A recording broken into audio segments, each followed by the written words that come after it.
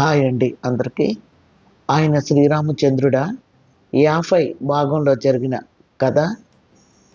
Lawyer గారు ఇచ్చిన డాక్యుమెంట్స్తో పాటు ఒక కవరు ఇచ్చి, నాన్నగారు నీకు ఇవ్వమన్నారమ్మా ఇది అని ఇవ్వడంతో ఆ కవరు చించి లోపల తండ్రి వ్రాసిన ఉత్తరం చూసి షాక్ అవుతుంది.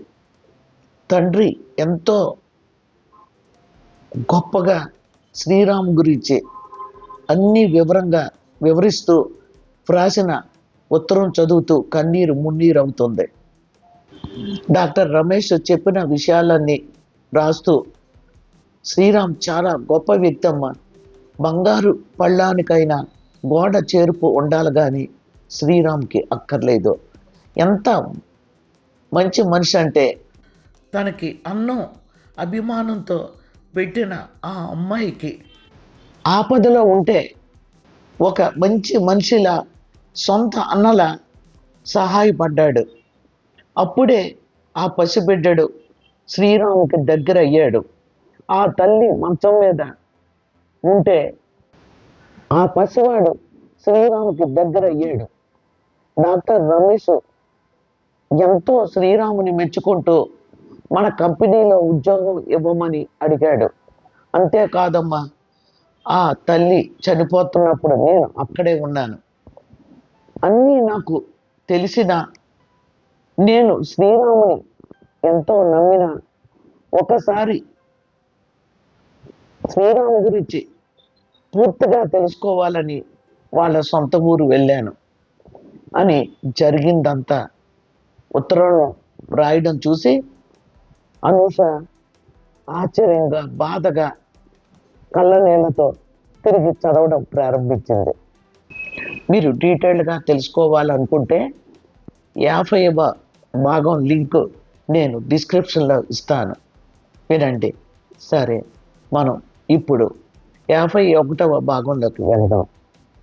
వెక్కి వెక్కి ఏడుస్తున్న అనూష వైపు బాధగా చూసి, అను ప్లీజ్, నువ్వు అలా బాధపడుతుంటే నేను చూడలేకపోతున్నాను.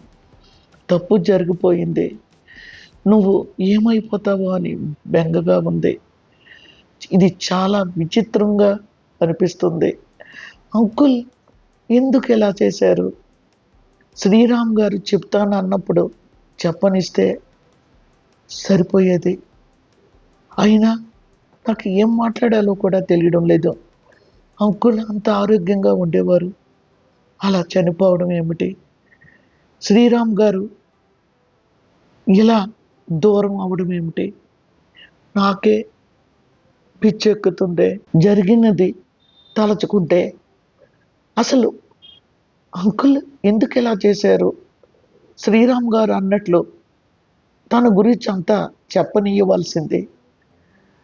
అయినా అంకుల్ అంత ఆరోగ్యంగా ఉండేవారు, అలా చనిపోవడం ఏమిటి? ఇదంతా చూస్తుంటే నువ్వు నువ్వు ఏమైపోతావో అని నాకు చాలా భయంగా ఉంది.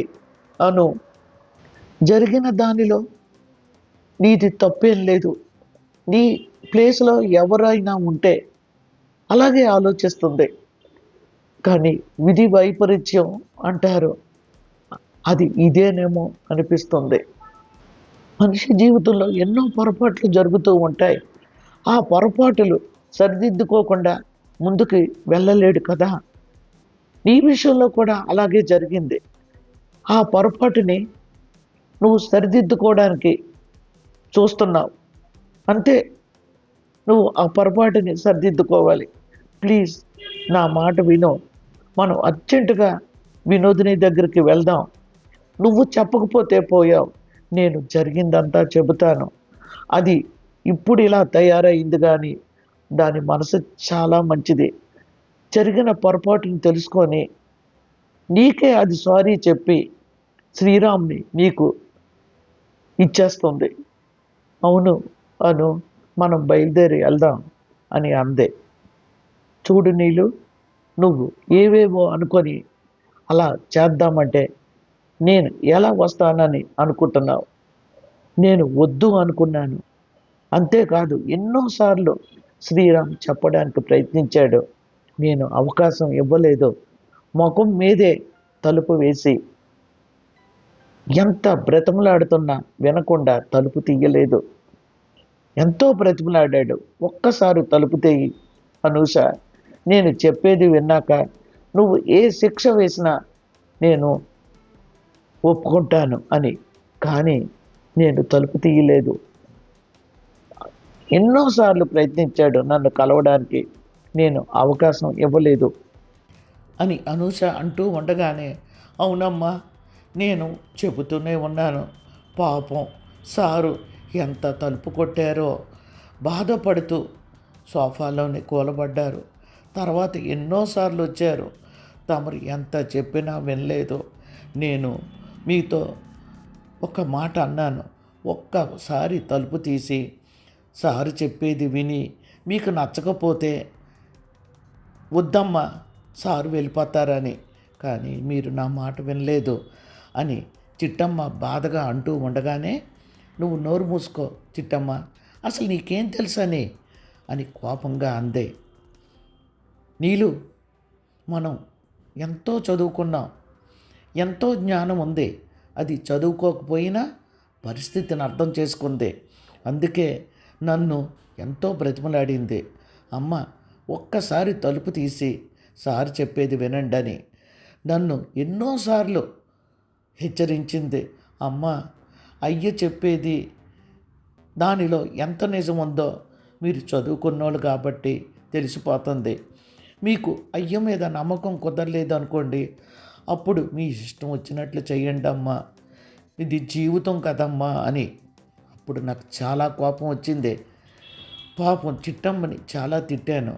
ఇప్పుడు నాకు అనిపిస్తుంది, వీళ్ళు జీవితాన్ని సరిదిద్దుకోవాలంటే చదువు, జ్ఞానం ఇవన్నీ అక్కర్లేదు, మనసు ఉండాలి. ఆ మనసుతోటి ఆలోచించాలని. నేను మూర్ఖురాల్ని నీలు, అందుకనే చిట్టమ్మకున్నంత జ్ఞానం కూడా నాకు లేకుండా పోయిందే అని గొల్లున ఏడవసాగింది అనూష. అలా అనకండి అమ్మా, జరిగేదేదో చూడండి అమ్మా, తొందరగా వెళ్ళి ఆ పెళ్ళి ఆఫ్ చేయండి అమ్మా, తర్వాత బాధపడిన ప్రయోజనం ఉండదు తల్లి అని అంది చిట్టమ్మ. చూడు, నువ్వే చెప్పావు కదా. మనలా చదవకపోయినా చిట్టమ్మ చెప్పింది నిజం అని మరి ఇప్పుడు ఎందుకు ఆలోచించావు? అంటే దాని పెళ్ళి జరిగిపోవలసిందేనా శ్రీరామ్ గారితో? నువ్వు రాకపోయినా నేను వెళ్ళి రచ్చరచ్చ చేస్తాను అని ఆవేశంగా సోఫాలోంచి లేవబోయింది నీలిమ. గబాలను చెయ్యి పట్టుకొని సోఫాలో కూర్చోబెట్టి, ఇందుకే నన్ను ఇలా బాధ పెడుతున్నావు? ఎక్కడైనా ఉందా పెళ్ళి జరుగుతుంటే వెళ్ళి ఆఫ్ చేయడం అని అంది బాధగా. మరి పొరపాటు జరిగింది, అలాగని పొరపాటుని సర్దిద్దుకోమా అని అంది కోపంగా నీలిమ.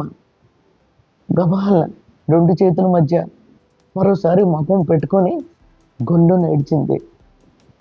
అను, ప్లీజ్, నువ్వు ఇప్పుడేనే బాగా ఆలోచించాలి, నీ జీవితాన్ని నిలబెట్టుకోవాలి అని అంది.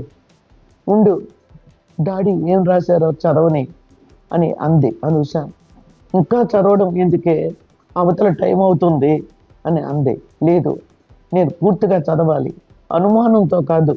డాడీ తన పట్ల ప్రేమ చూపెడుతూ ఎంతో అభిమానంతో రాసిన ఉత్తరం చదవకుండా ఎలా ఉంటాను చెప్పు అని తిరిగి ఉత్తరం చదవడం ప్రారంభించింది. డాక్టర్ రమేష్ చెప్పింది అక్షరాల నిజం కావచ్చు, కానీ ఈ రోజుల్లో పట్టెడు అన్నం ప్రేమతో పెట్టిందని ఆ అమ్మాయి తన రుణం ఇలా తీర్చుకున్నాడా? చాలా ఆశ్చర్యంగా ఉంది. అందులోకి తను చనిపోయే వరకు శ్రీరామే చూసుకున్నాడట. నేను కళ్ళారా చూశాను. ఆ పసివాడిని ఎంతో అపురూపంగా అన్ని పనులు చేస్తూ పెంచి పెద్దవాడిని చేశాడు. అందుకనే వాడితో అనుబంధం కూడా శ్రీరామ్కి ఏర్పడింది. పిల్లలతో ఆడుకుంటూ ఉంటే అతను మీ డాడీనా అని అడిగితే అవును అని మా డాడీ అని గొప్పగా చూపెట్టడం చూసి అనిత వాణ్ణి చావు దెబ్బలు కొట్టేదట, అంకుల్ అని పిలవమనేదట. అయినా సరే వాడు అలాగే అని చెప్పి మళ్ళీ డాడీ అని పిలిచేవాడట. తనని ఆ వ్యక్తి మోసం చేసి తనని లోపరుచుకున్నాడని తెలిసి కుళ్ళిపోయేదట తనలో తను తప్పుటడుగు వేసింది. తనలాంటి వ్యక్తి బ్రతికి ఉండకూడదు. మ్యారేజ్ చేసుకుంటానని చెప్పి తనతో ఎంతో తీయని మాటలు చెప్పి తన జీవితం నాశనం చేశాడు. వదిన పెట్టే బాధలు భరించలేక ఆ వ్యక్తి మాటలకు తను పడిపోయింది. అసలు తను ఇంకా ఎందుకు బ్రతకాలి అని కుమిలిపోతూ ఆరోగ్యాన్ని పూర్తిగా పాడు చేసుకుంది. ఎంత శ్రీరామ్ నచ్చజెబుతున్నా లేదన్నా నేను పోవడమే అన్నిటికీ మార్గం. నేను బ్రతికుండి ఈ బాధను భరించలేను. నా కొడుకుని ఏ ఆశ్రమంలోనో జాయిన్ చేయండి అని అంటూ ఏడ్చేదట. ఈలోగా అనిత ఆరోగ్యం బాగా పాడవడంతో బలవంతంగా హాస్పిటల్లో చూపెడితే అనిత లంగ్స్ 2 పాడయ్యాయని, ట్రీట్మెంట్ అవసరం అని హాస్పిటల్లో జాయిన్ చేసుకున్నారట. అప్పటి నుంచి రాజాకి చెప్పేవారు ఎవరూ లేక డాడీ డాడీ అంటూనే చుట్టూ తిరిగేవాడట. శ్రీరామ్ కూడా పట్టించుకోలేదు. పరిస్థితిని బట్టి శ్రీరామ్ ఆ పసివాడిని ఏమీ అనలేకపోయాడు. అటు చూస్తే అనిత పరిస్థితి ఏం బాగోలేదని డాక్టర్ చెప్తున్నారు. ఇటు చూస్తే పసివాడు అమ్మా అమ్మా అంటూ డాడీ అంటూ తనకు దగ్గరైపోయాడు. అటువంటప్పుడు ఆ పసివాడిని 2 కొట్టి డాడీ కాదు అంకుల్ అని పిలవమని మనసున్న ఏ మనిషి అయినా ఏం చెబుతాడు తల్లి. అయినా నేను స్వయంగా ఆ ఊరు వెళ్ళి శ్రీరామ్ గురించి తెలుసుకోవాలని వెళ్ళాను. అక్కడ రంగనాథం మాస్టర్ గారింటికి వెళ్ళాను. ఆయన చాలా గొప్ప వ్యక్తి. ఎందుకు ఈ మాట చెప్తున్నానంటే అతను బాగా ఉన్నవాడేం కాదు.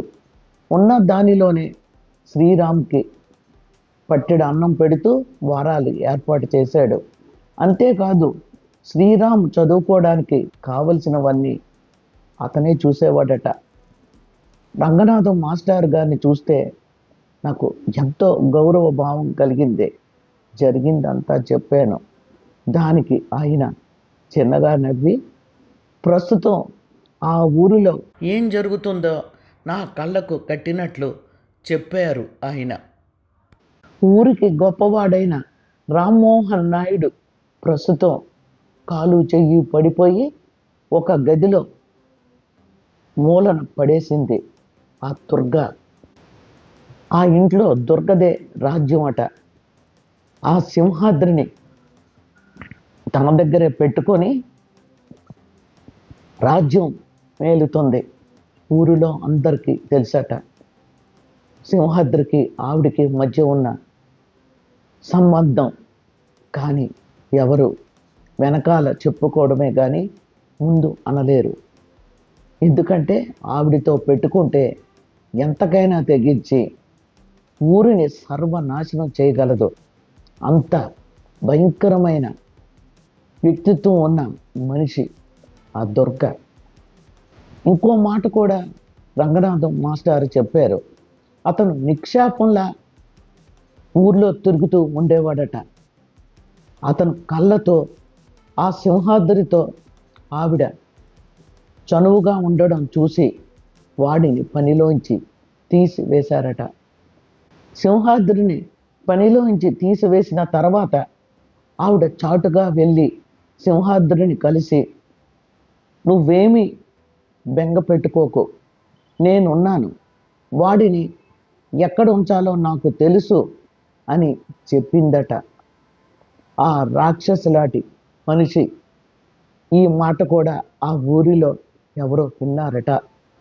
ఇదంతా కూడా రంగనాథం మాస్టారు బాధపడుతూ చెప్పకూడదు కానీ చెప్పవలసి వస్తుందండి అని చెప్పడం ప్రారంభించాడు. పల్లెటూరు. ఒక్క మనిషికి ఈ భాగోతం తెలిసిన ఊరందరికీ తెలిసిపోతుందండి. కాలు చెయ్యి రాక ఏమీ చెయ్యలేక మనోవ్యాధితో మంచం మీద పడి ఉన్నాడు.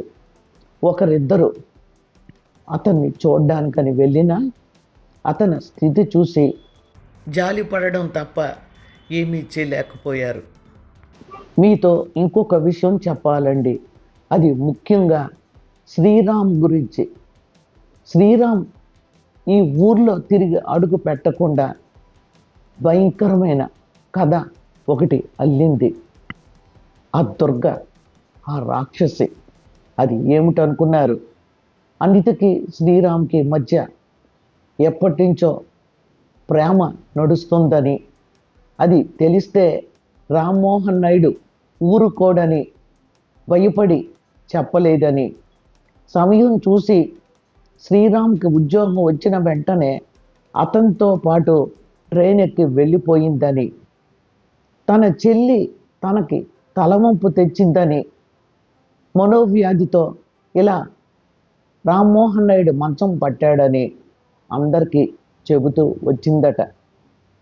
అందరికీ ఒకటే ఆశ్చర్యకరమైన విషయం, శ్రీరామ్ బాబు అటువంటి వాడు కాదు, ఈ రాక్షసి అలా చెబుతుందేమిటి అని అనుకుంటున్నారట. కానీ అందులో కొంతమంది అయినా ఉంటారు కదా, ఆవిడలాంటి రాక్షసులు, అవును జరిగితే జరగచ్చు, ఇద్దరు వయసులో ఉన్నారు కదా అని అనుకోవడం కూడా రంగనాథం మాస్టారు విన్నారట. ఇదండి జరిగినది. శ్రీరామ్ బంగారం. బంగారానికైనా అదేనండి, బంగారం పళ్ళానికైనా గోడ చేర్పు కావాలని కానీ శ్రీరామ్కి అక్కర్లేదు. తను చాలా గొప్ప వ్యక్తి.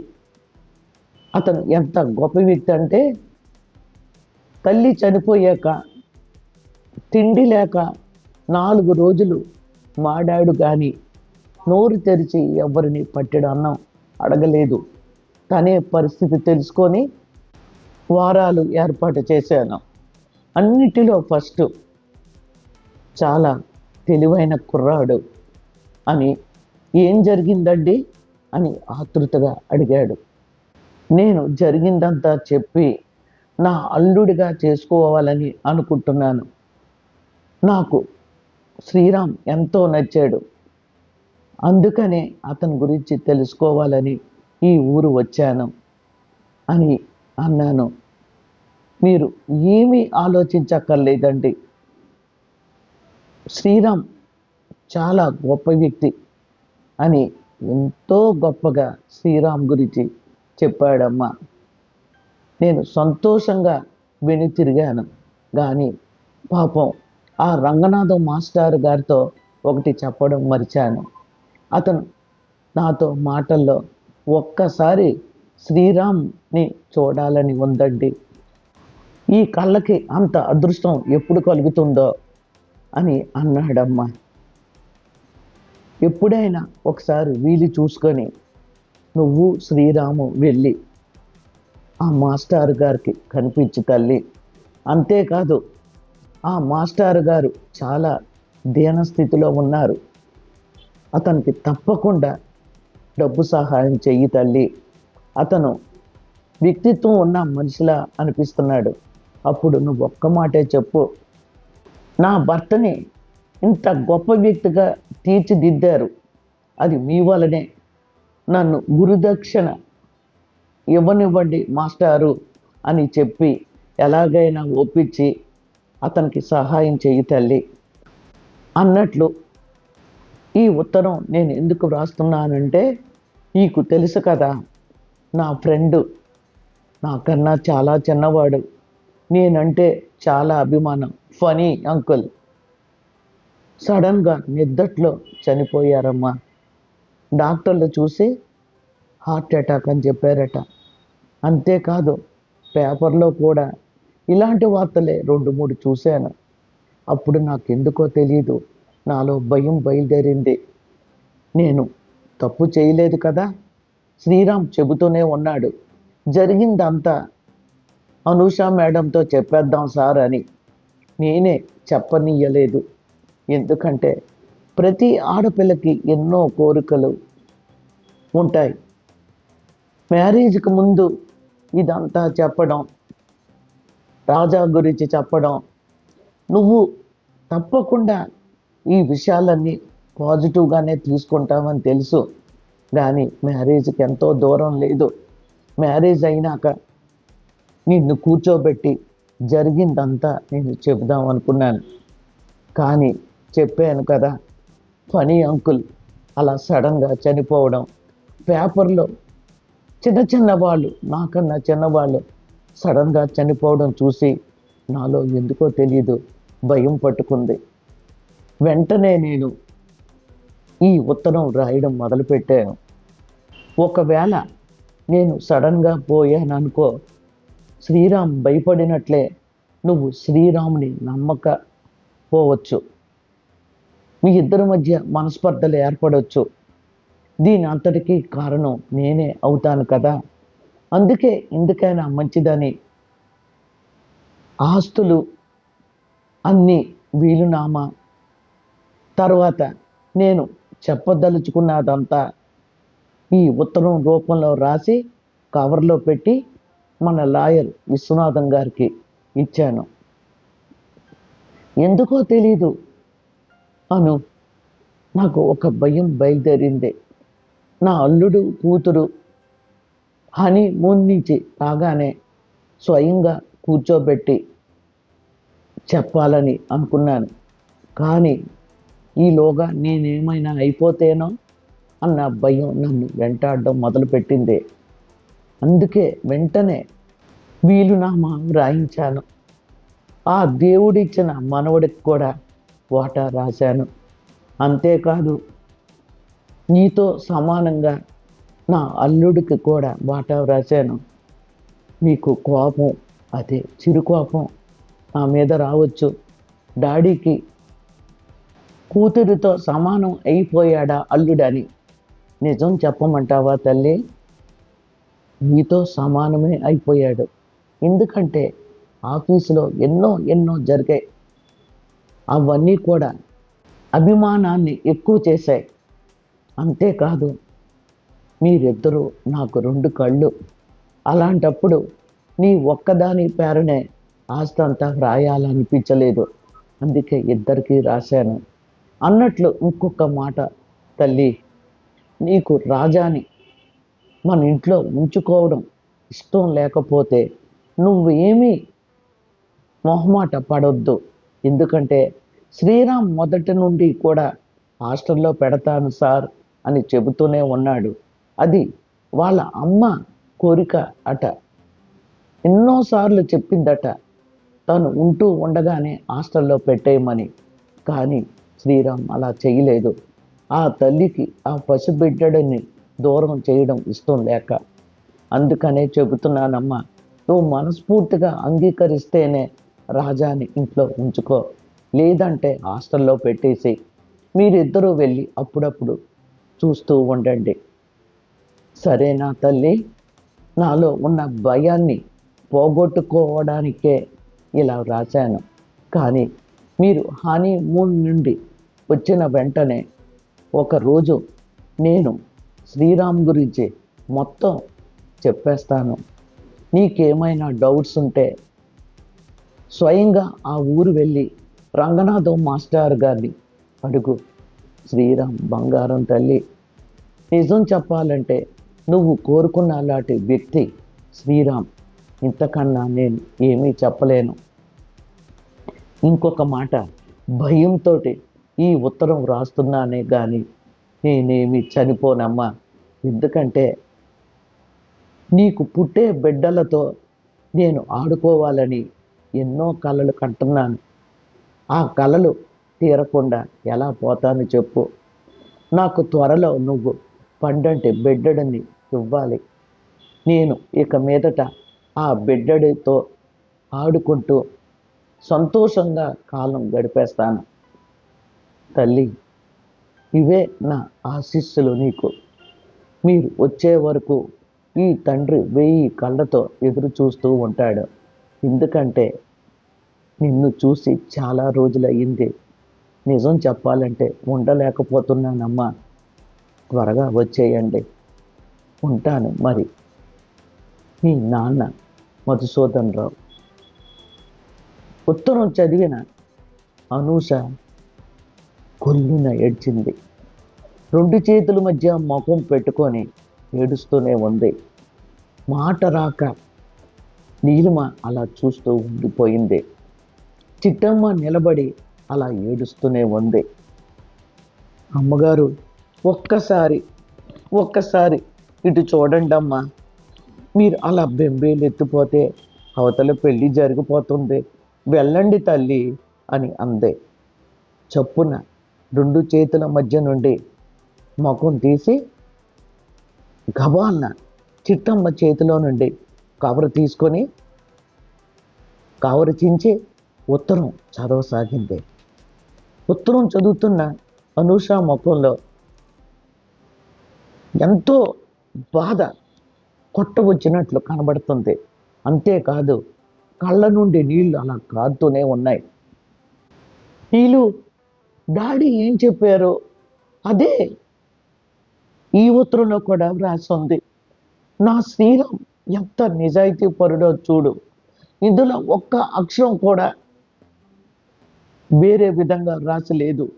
డాడీ చెప్పిన విషయాలే ఇందులో కూడా ఉన్నాయి.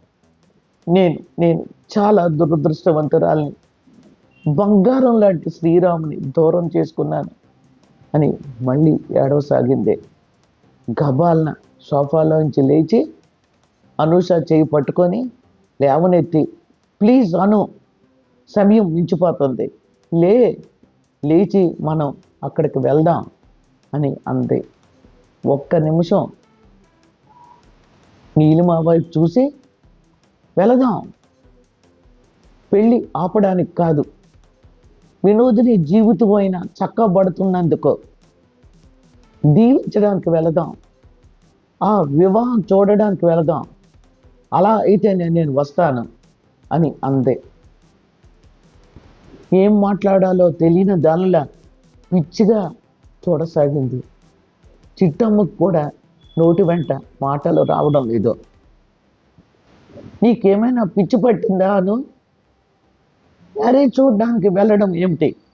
నీ భర్తని అది చేసుకోవడం ఏమిటి? పొరపాటు జరిగిందని దానిని బ్రతిమలాడుకుంటే అది ఖచ్చితంగా తప్పుకుంటుంది.